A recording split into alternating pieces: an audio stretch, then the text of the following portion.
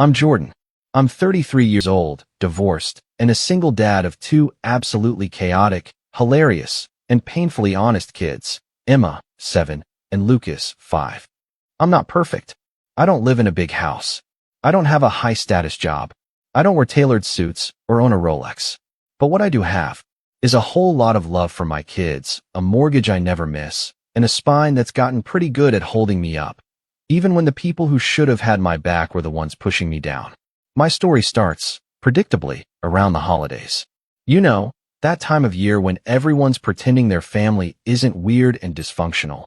When social media is full of perfect matching pajama photos and cookie baking reels while behind the scenes, someone's mom is crying in the bathroom, and at least one uncle is drunk by noon.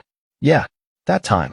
I grew up in a picture-perfect neighborhood with a picture-perfect family, or that's how it looked from the outside. My dad ran his own real estate agency and was obsessed with appearances.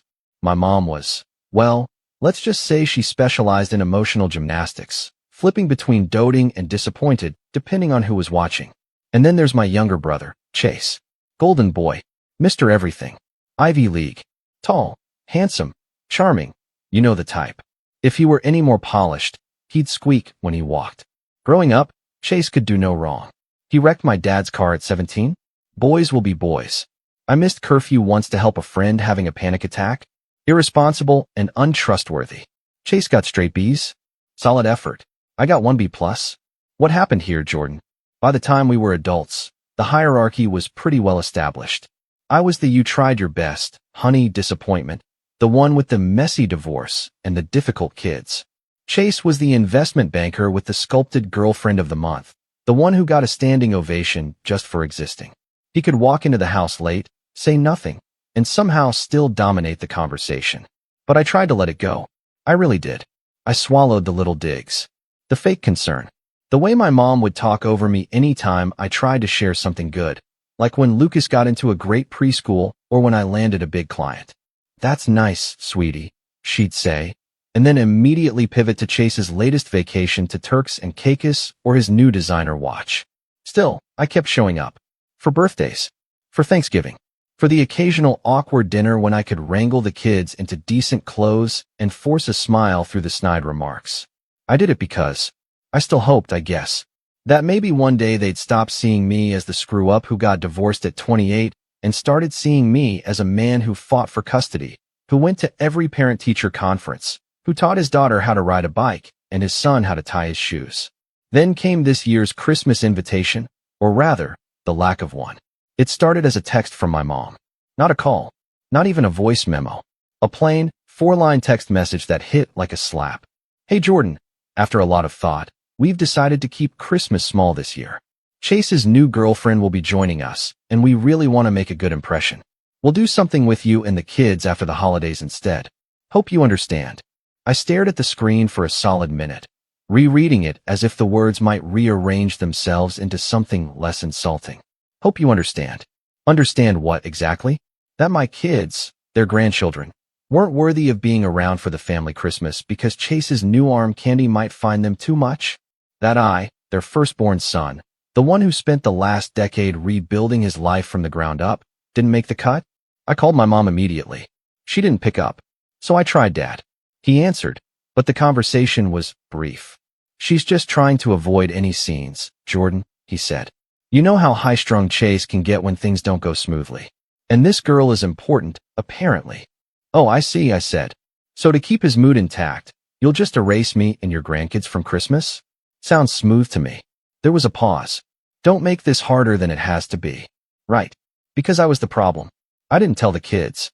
Not yet. Emma had already made little paper snowflakes for Grandma's tree, and Lucas had picked out a tie for Grandpa from the dollar store. I couldn't break their hearts just yet. So instead, I told them we might do Christmas a little differently this year. A surprise adventure, I said, while trying to ignore the heavy pit in my stomach. But here's the thing. The more I thought about it, the less okay I was with staying silent. My parents didn't just exclude me. They humiliated me. They made a choice to pretend we didn't exist, to hide us, like some inconvenient stain on the furniture. And all for the sake of Chase's new fling? Yeah, no. I wasn't going to just roll over for that. That's when I made a decision. A reckless, emotional, possibly petty decision, but one I don't regret for a second. I was going to show up anyway. And that's exactly what I did. I didn't tell anyone. Not the kids. Not even my best friend, who usually talks me down when I get these flashes of defiance. I just woke up on Christmas morning, dressed Emma and Lucas in their nicest outfits, loaded a few wrapped presents into the trunk, and drove to my parents' house like nothing was wrong. The snow had just started falling when we pulled into the driveway. The lights were twinkling on the roof. There were extra cars in the drive, one of them a sleek black Mercedes I didn't recognize. Emma clutched her little gift bag with both hands as we walked up the steps. Lucas was humming Jingle Bells under his breath. For a second, I hesitated. I almost turned around. But then the door opened. And that's where everything changed. Because the woman standing just inside the foyer, the woman in the crimson dress with the wine glass in hand and the perfectly curled hair, froze when she saw me. Her mouth parted. Her eyes widened. She looked like she'd seen a ghost. "You never told me your brother was my ex," she whispered. And then she ran. Straight past my stunned parents. Past my gaping brother. Straight into my arms. I'll never forget the look on Chase's face. She hugged me like she'd been waiting a long time to do it. Not just a polite, nice to see you again kind of hug. I mean, she clung to me, her arms tight around my back, her cheek pressed to my shoulder like she was grounding herself. The kind of hug that says, finally, safety. And it knocked the wind out of me, because I knew that kind of hug. I'd given it to my kids more times than I could count. Behind her, Chase sputtered. What are you doing?" She pulled back slowly, blinking like she was trying to snap out of a trance. "You never told me your brother was Jordan." My mom's eyes were wide as saucers, her hand half raised like she couldn't decide whether to clutch her pearls or shut the door in my face. My dad had frozen mid-step with a plate of shrimp cocktail in his hand, and even Lucas and Emma were standing quietly, sensing something very not normal was unfolding. Chase's face morphed into this strange cocktail of disbelief, rage, and confusion. "Wait, what do you mean, Jordan? You know him?" "Oh, we more than know each other," she said softly, and then looked at me with a small, sad smile. "Jordan and I dated for almost a year. Back in college. You never told me his last name, Chase. How did you not tell me your brother was Jordan Monroe?" There was a long beat of silence. You could have heard a gingerbread cookie crumble. And then Chase exploded. "Are you freaking kidding me?" he barked, slamming his wine glass on the nearest table so hard it splashed red drops across the tablecloth. "This is some twisted joke, right? You're messing with me." "Chase, stop," my mom started, but he wasn't listening. "Why are you even here, Jordan?" he snapped, storming toward me. "Didn't we specifically ask you not to come?" That was it. The moment I felt something inside me snap. All the little digs.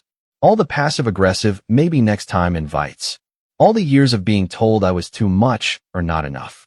All the times I'd let it go, kept the peace, took the high road. I stepped forward and looked him dead in the eye.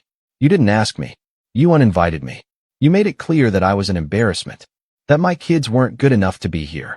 My mom's voice rose, panicked. "Jordan, let's not do this in front of the children." "You already did it in front of the children," I said, without turning to look at her. "When you told them Santa couldn't visit Grandpa's house this year.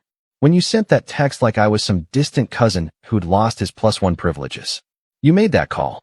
Lucas tugged gently on my sleeve. "Daddy, are we in trouble?" My chest tightened, but I shook my head. "No, buddy. You're not in trouble. None of this is your fault." Chase scoffed, raking a hand through his hair. "This is unbelievable. You're seriously going to ruin Christmas just because we wanted to make a good impression." "I didn't ruin anything," I said. "You did that the moment you decided that appearances were more important than your own family." Then I turned to her, the woman at the center of this accidental firestorm. "I had no idea you were dating my brother," I said gently. "None." She gave me a long, almost embarrassed look. Neither did I, apparently. My mom looked like she was about to faint. "Can we please take this conversation into the other room? The neighbors." "Oh, screw the neighbors." Chase snapped. "You know what? No. Let's talk about this right here, since Jordan wants to make a scene. Let's just get it all out." He turned to her. Her name was Marissa, by the way, but somehow no one had bothered to introduce her officially before things blew up. "You dated him? Seriously?" "For a year. I was 19, she said quietly. "It wasn't a fling. We were real. Until I transferred schools. We lost touch. But yeah, Jordan and I were serious." You never even told me you had an older brother. You just said your family was small and close. You barely mentioned them at all. Chase's face twisted. Because he's not a part of it. He's a footnote. That was the last straw for Emma. She'd been clutching her little glittery gift bag this whole time, her eyes darting between the adults like a tennis match. But when she heard that footnote, she stepped forward, chin quivering. We're not footnotes, she said, her voice small but clear. We're family. And then she dropped the bag on the floor, the little present for my mom, a candle she made herself, rolling out onto the hardwood with a soft clunk. Silence. Dead, horrible silence. My mom bent down and picked up the candle like it was a used napkin, holding it between two fingers. She gave it a quick glance, then offered a tight smile to Emma. Thank you, sweetheart, she said, in the same tone she uses to tell the mailman that he left the wrong package. Very creative. Emma looked at me, then back at her grandmother, then down at her shiny shoes. Her shoulders slumped. That's when Marissa stepped in. You know what? She said, suddenly louder. No. This is insane. You treat him like garbage, and for what? Because he's not as shiny as Chase? Because he actually shows up for his kids? Jordan's the best man I ever dated. And if I'd known you were his family, I never would have walked through that door. Chase turned purple. Don't say that. I mean it, she snapped. You've been a complete narcissist since we met. I thought it was just stress. Or a phase. But now I see it's learned behavior. You treated your brother like he doesn't matter, and your parents let you. Marissa looked at my mom, then my dad. You don't get to look surprised. You built this. And then she turned to me. I'm so sorry.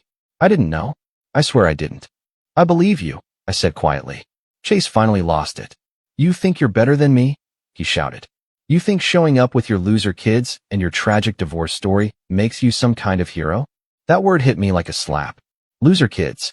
Before I could respond, Lucas let out a little hiccup sob. That was all it took.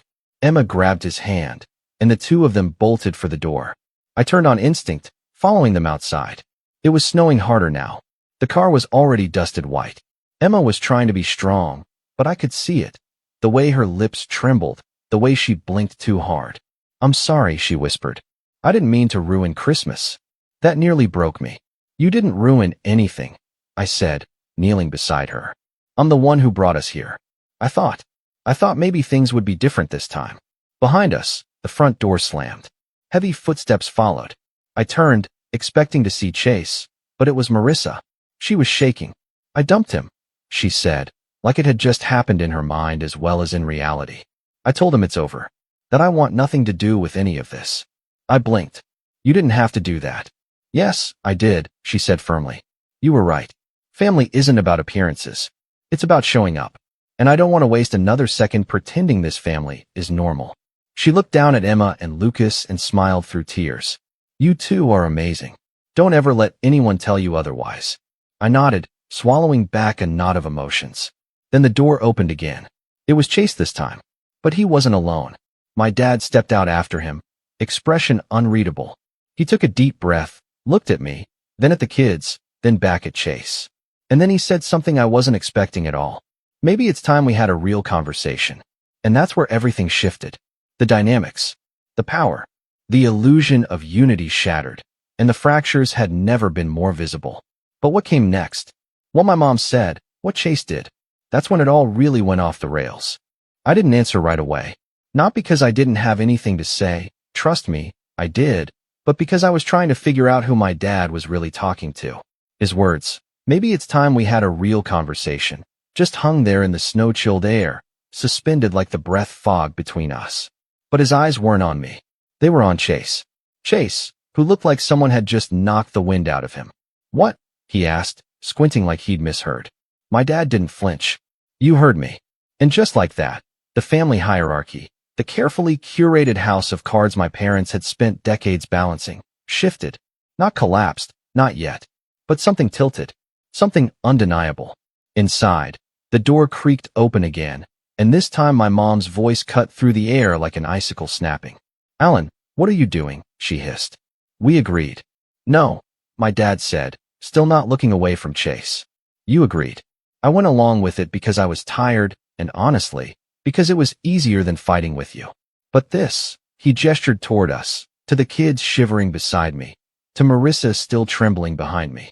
This is too far. Now Chase looked panicked. Wait, Dad, come on. Don't make this into some guilt trip. I didn't know she dated Jordan. That's not my fault.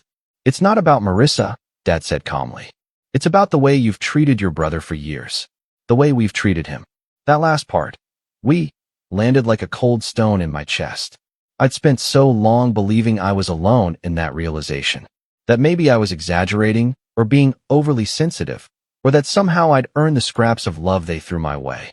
But hearing my dad admit it, even just a sliver of it, it stirred something in me. Not joy, not forgiveness, just confirmation. I wasn't crazy. My mom stepped fully outside now, her robe fluttering in the wind. Alan, this isn't the time or place. Maybe it's exactly the time, he said. Maybe if we'd had this conversation years ago, Jordan wouldn't have to keep proving he deserves to be in his own family. That did it. Chase threw his hands up. Okay, wow. So now I'm the villain? I get ambushed by my ex-girlfriend and my ex-brother, and I'm the bad guy. I finally spoke, my voice low but steady. You were never ambushed, Chase. You just got caught. And with that, I turned to my kids, unlocking the car with a soft beep. Get in, guys. Let's go home. Emma hesitated, her eyes darting between the adults, but then she nodded and helped Lucas into the back seat. Marissa hovered uncertainly. I'll be okay, I told her. Really? She gave me one last look, part apology, part admiration, and stepped back inside. I slid into the driver's seat, hands shaking just slightly on the wheel. As we pulled away, I didn't look back. But the silence in the car was loud. Too loud. I didn't put on music. I didn't try to distract them with games or promises. We just drove. About halfway home, Lucas spoke up. Daddy, yeah, buddy. Do we still get Christmas? I blinked hard, then laughed, not because it was funny, but because if I didn't, I'd cry. Yeah, I said. Yeah, we do. It just might look a little different this year. And that's how we ended up at a 24-hour diner in the middle of town on Christmas night. Vinyl booths, twinkling lights strung haphazardly across the windows, and a waitress named Diane who gave my kids extra whipped cream on their pancakes without being asked. We sat in that booth for over an hour, sipping hot chocolate and telling stories. Emma made up a game called Guess What Santa Forgot, where we each had to come up with the weirdest present Santa might accidentally leave behind. Lucas won with a whole giraffe that sneezes glitter. For the first time that day, they laughed, real, belly-deep giggles that melted something in me. That night, I tucked them into bed in our cramped little apartment, surrounded by the glow of mismatched fairy lights and the scent of the pine-scented candle Emma had made. It wasn't grand. It wasn't Pinterest perfect, but it was ours. And for the first time in a long time, I realized maybe that was enough. The weeks that followed weren't easy. After Christmas, the silence from my family was deafening. No apology, no check-in, not even a half-hearted Happy New Year text. My mom had gone full ghost, and Chase? I figured he was too busy licking his wounds and blaming everyone but himself. I won't lie, it hurt. More than I expected. I'd hoped that Christmas night might have been a turning point, that maybe my dad would follow up on that real conversation. But nothing came. I hit a low point around mid-January. The post-holiday blues. The weight of everything. The awkward stares from mutual acquaintances who'd heard something about the Christmas meltdown. I started wondering if I'd done the wrong thing by showing up. Then one day, as I was picking up the kids from school, Emma ran to me with a drawing clenched in her little fists. She thrust it at me proudly. It was a picture of the three of us in the diner booth, all smiling with syrupy pancakes in front of us. At the top, in big, blocky letters, she'd written, "My favorite Christmas ever." That hit harder than any lecture or apology ever could. That night, after they fell asleep, I made a quiet promise to myself. I wasn't going to let them grow up chasing approval from people who only gave love with conditions. I wasn't going to be that person. Not for them. Not for me. So I started changing things. Slowly. Quietly. At first, it was small stuff. I started waking up an hour earlier, making better breakfasts, taking time to actually sit and eat with them instead of rushing through the mornings. I made bedtime stories a ritual, voices, sound effects, even costumes when I could swing it. Then I updated my resume. I'd been freelancing as a graphic designer for years, scraping by with small gigs. But I knew I had more to offer. So I built a portfolio website. I reached out to old clients. I joined a couple of online design forums and started sharing my work. To my surprise, people noticed. In March, I landed a long-term remote contract with a small but growing startup. It paid better than anything I'd done before, came with flexible hours, and more importantly, respect. With the extra income, I started saving. Not just scraping by, actually saving. I paid off a credit card. Enrolled Emma in an art class she'd been begging to try. Bought Lucas the telescope he'd been eyeing for months. And one rainy Thursday in April, as I watched them both sprawled on the living room floor, one sketching dragons, the other pretending to find Jupiter, I realized something. We were happy. Not rich. Not fancy. But real, honest-to-God happy. And somehow, without fanfare or applause, I had rebuilt us. I still hadn't heard from my parents. Until May. It started with a knock at the door. I wasn't expecting anyone. I peeked through the peephole and nearly dropped my coffee mug. It was my dad, standing in the hallway with his hands clasped, looking older than I remembered. When I opened the door, he gave me a nod. "Can we talk?" I hesitated, then stepped aside. He walked in slowly, glancing around the apartment like he was seeing it for the first time. "It's nice," he said. "It's ours," I replied. He nodded, sat on the edge of the couch. "I've been meaning to reach out. I just didn't know how." I crossed my arms. "You could have started with 'I'm sorry.'" He looked up, met my eyes. "I am." And just like that, everything inside me clenched. He continued. "I should have spoken up sooner. At Christmas. Years before that. Your mother and I, we got so wrapped up in making Chase feel like a success, we forgot we already had a son who was living it." I said nothing. Just let him talk. "You're a good man, Jordan. A better father than I ever was. And I'm proud of you. I wish I'd said it sooner." It took everything in me not to cry. Instead, I just nodded. "I appreciate that," I said quietly. He stood to leave. "I won't ask you to forgive your mother. I know she's difficult, but I hope one day you'll forgive me." Then he turned to go, and as the door clicked shut behind him, I sat down on the couch, heart thudding. Not because of what he said, but because of what it meant. The cracks were finally showing. But the collapse? That came later. The real betrayal was still waiting, and when it came, it didn't just shatter trust. It turned everything upside down. Something changed after my dad's visit. Not outwardly. My mom still hadn't called. Chase hadn't texted. There was no grand family reconciliation or sudden group hug. But there was a shift, a subtle tilt in the universe, like the air before a thunderstorm. The kind where you don't hear the thunder yet, but you know it's coming. I didn't forgive my dad overnight, but I believed him. And maybe that belief cracked something open in me, because for the first time in years, I stopped hoping things would go back to normal. I didn't want normal. Normal was what led to being cut out of Christmas. Normal was pretending I wasn't being disrespected. Normal was Chase walking through life like the golden sun while I picked up the splinters he left behind. No, I was done waiting for them to see my worth. And I sure as hell wasn't going to raise my kids to chase love like it was a prize they had to earn. But revenge? That was something else entirely. Not the kind with torches and pitchforks. Not screaming matches or burning bridges. I wasn't interested in giving them more drama to twist into a Jordan's being difficult again narrative. No, if I was going to do this, it would be clean, strategic, quiet. I'd learned a long time ago that the best revenge wasn't loud. It was undeniable. And the first spark came from Marissa. It had been months since the Christmas fiasco. I hadn't heard from her since she walked back into that house after dumping Chase. I assumed she'd moved on, started fresh. Maybe even blocked every Monroe in her contacts. So imagine my surprise when she emailed me in early June. Subject line, "I owe you an apology. And maybe an opportunity." I opened it cautiously, half expecting drama, but instead I found something much more interesting. She'd moved across town shortly after Christmas. Said she needed a reset. Turns out, that night had snapped something in her too. The lies, the manipulation, the casual cruelty, it wasn't just a one-off. It was a symptom of something bigger she'd been ignoring. "I was so caught up in the idea of Chase being this perfect guy," she wrote. "He said all the right things. But when I saw how your family treated you, and how you treated your kids in the middle of all that, it made me realize I'd been with a man who looked good on paper, but couldn't carry basic human decency in practice."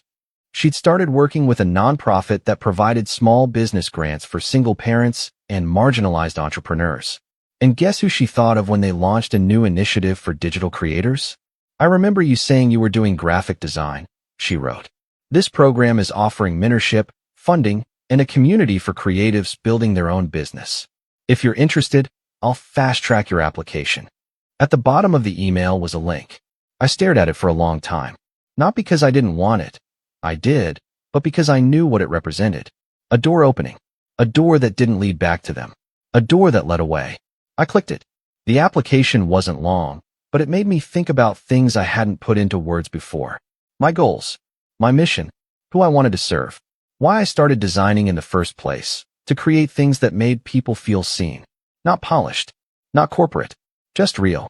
I submitted the form and didn't expect to hear back for a few weeks. I heard back in 2 days.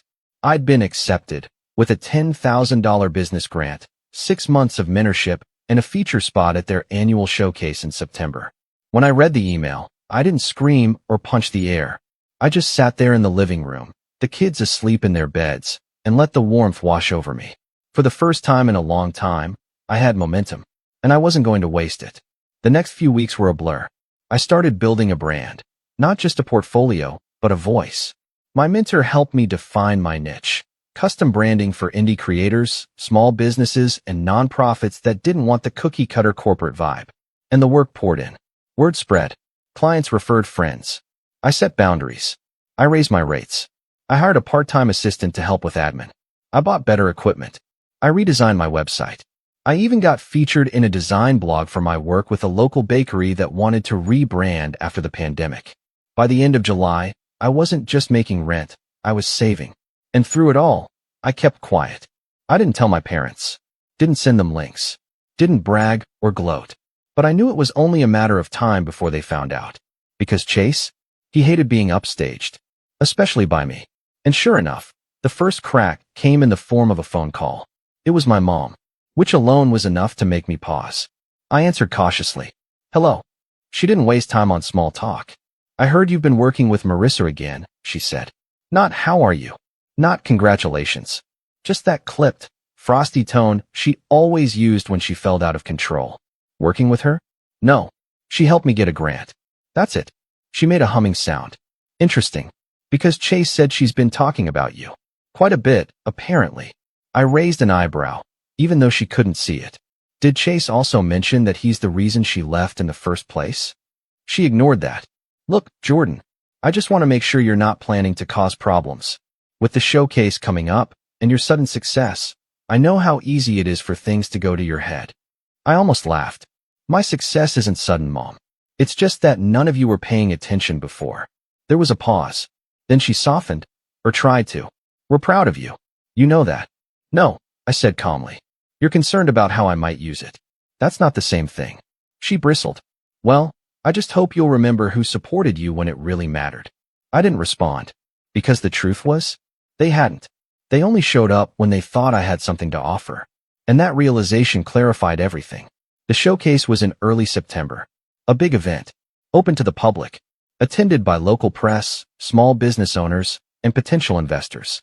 Each recipient got a booth to show off their work, tell their story, and connect with others. I poured my soul into that booth. Not flashy, but intentional. Thoughtful. Every color, every layout, every example piece was a love letter to the people I'd worked with. I even printed a giant canvas of Emma's favorite Christmas ever drawing and mounted it in the back corner of my display. Visitors loved it. Asked about the story. I told them honestly. And then, just as I was talking with a bakery owner about a potential rebrand, I saw them. My parents. Walking through the event like they belonged there. Chase in tow. My dad looked slightly sheepish. My mom looked like she'd bitten into a lemon. Chase. Chase looked like he was doing math in his head, trying to figure out how this had happened without him knowing. They didn't come to support me. They came to assess. To see what I'd become. To measure whether it was worth crawling back into my life. I didn't wave. I didn't call them over. But they came anyway. Wow. Chase said, eyeing my booth like he was sizing up a competitor. This is the lot. I like it, my dad said quickly. Very warm. My mom nodded. Good use of color. Very family-oriented. I gave a tight smile. Thanks. They lingered, trying to make conversation. I kept it polite, distant. Every sentence calculated. Then, just as they were about to leave, my mom turned. Oh, by the way, she said, as if it had just occurred to her. We're hosting Thanksgiving this year. Thought we'd extend the invitation early. I blinked. Really? She smiled. We want to start fresh. New chapter and all. Chase added, yeah? No hard feelings, right? I looked at all three of them, and I realized something crucial. They weren't offering reconciliation. They were offering optics. Now that I was worth something, successful, visible, respected, I was useful again. A prop to hold up at dinner. Proof that they were a supportive family all along. But they didn't want me. They wanted the idea of me. The successful son. The entrepreneur. The redemption arc. And that's when the idea began to form. Slowly. Methodically. Not out of spite, but out of clarity. I didn't want their acceptance anymore. But I did want something else. Control. And if Thanksgiving was their next play, then I already had my opening move. Because this time, I would be the one writing the story. And I wasn't finished setting the stage. Not yet. It's funny how people assume revenge is about rage. About loud confrontations, public breakdowns, messy explosions. But that's not what real revenge looks like. Real revenge is subtle, calculated. The kind of thing that's already over by the time they realize it's begun. So when my parents extended that Thanksgiving invite, all smiles and false olive branches, I smiled back. Sure, I said. That sounds nice. And they lit up. My mom immediately launched into a monologue about seating charts and catering, while Chase smirked like he'd just won something. They had no idea what I was planning, but it had already started. The first step was easy. I said yes. I told them I'd bring the kids, bring dessert, even come a little early to help set up. My mom practically melted with relief. My dad thanked me, voice low and almost sincere. Chase was quieter, but I caught the side-eye glances he gave me during the showcase, like he was still trying to figure out how I'd ended up outshining him in a world he didn't even belong to. He didn't realize it wasn't about outshining anyone. I was just doing my own thing. But if he wanted to turn it into a competition, fine. I'd play. Step 2. I let the silence do the work. I didn't text them in the weeks leading up to Thanksgiving. Didn't offer updates or ask what to bring. I let them stew in uncertainty. Let them wonder if I'd really show or ghost them like they ghosted me last Christmas. But I did prepare. I spent the month doubling down on my business. I wrapped up 3 major projects. Booked 2 more.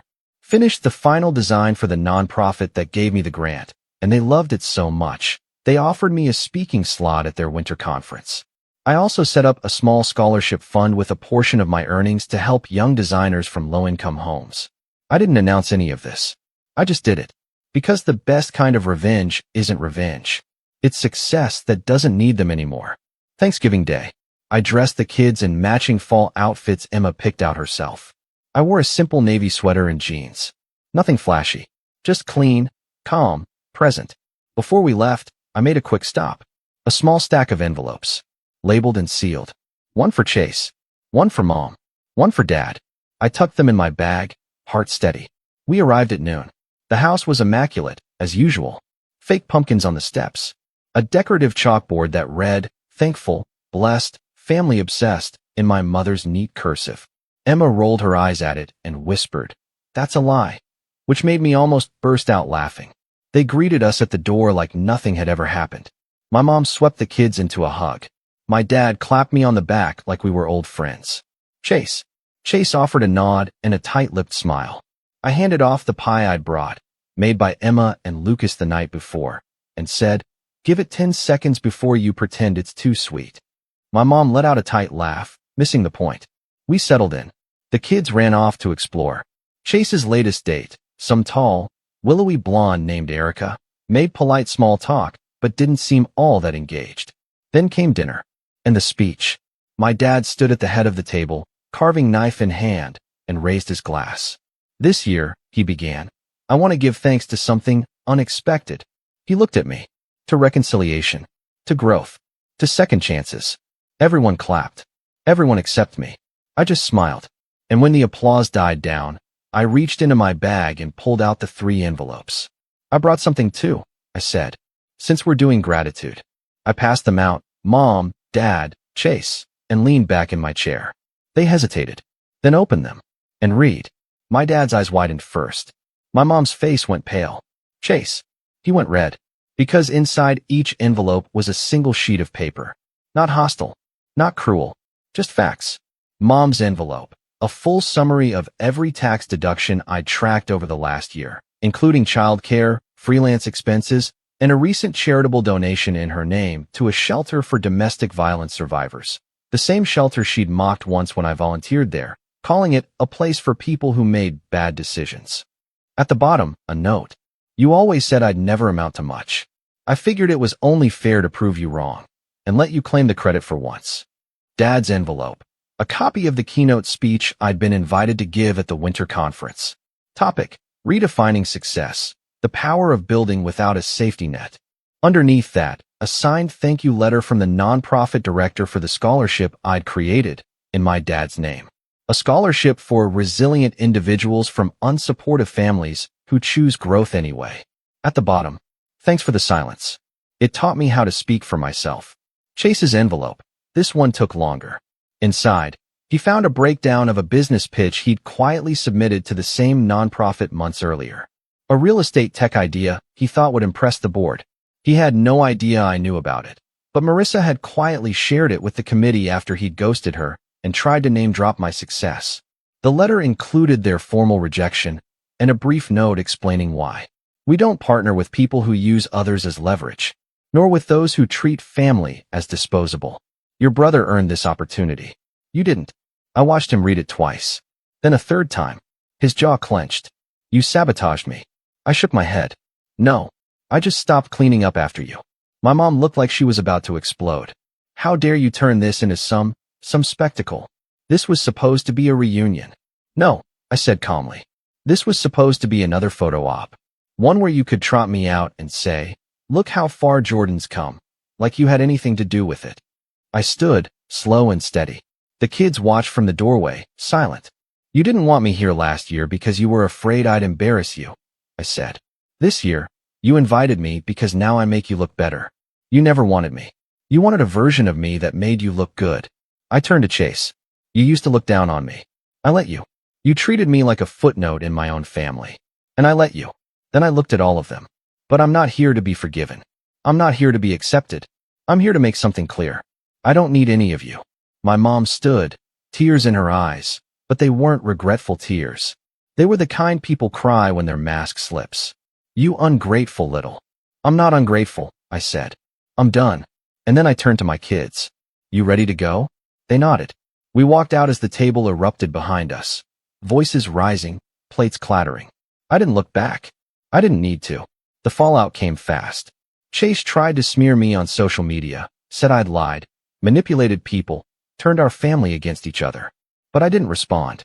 I didn't need to. People knew me now. Clients, peers,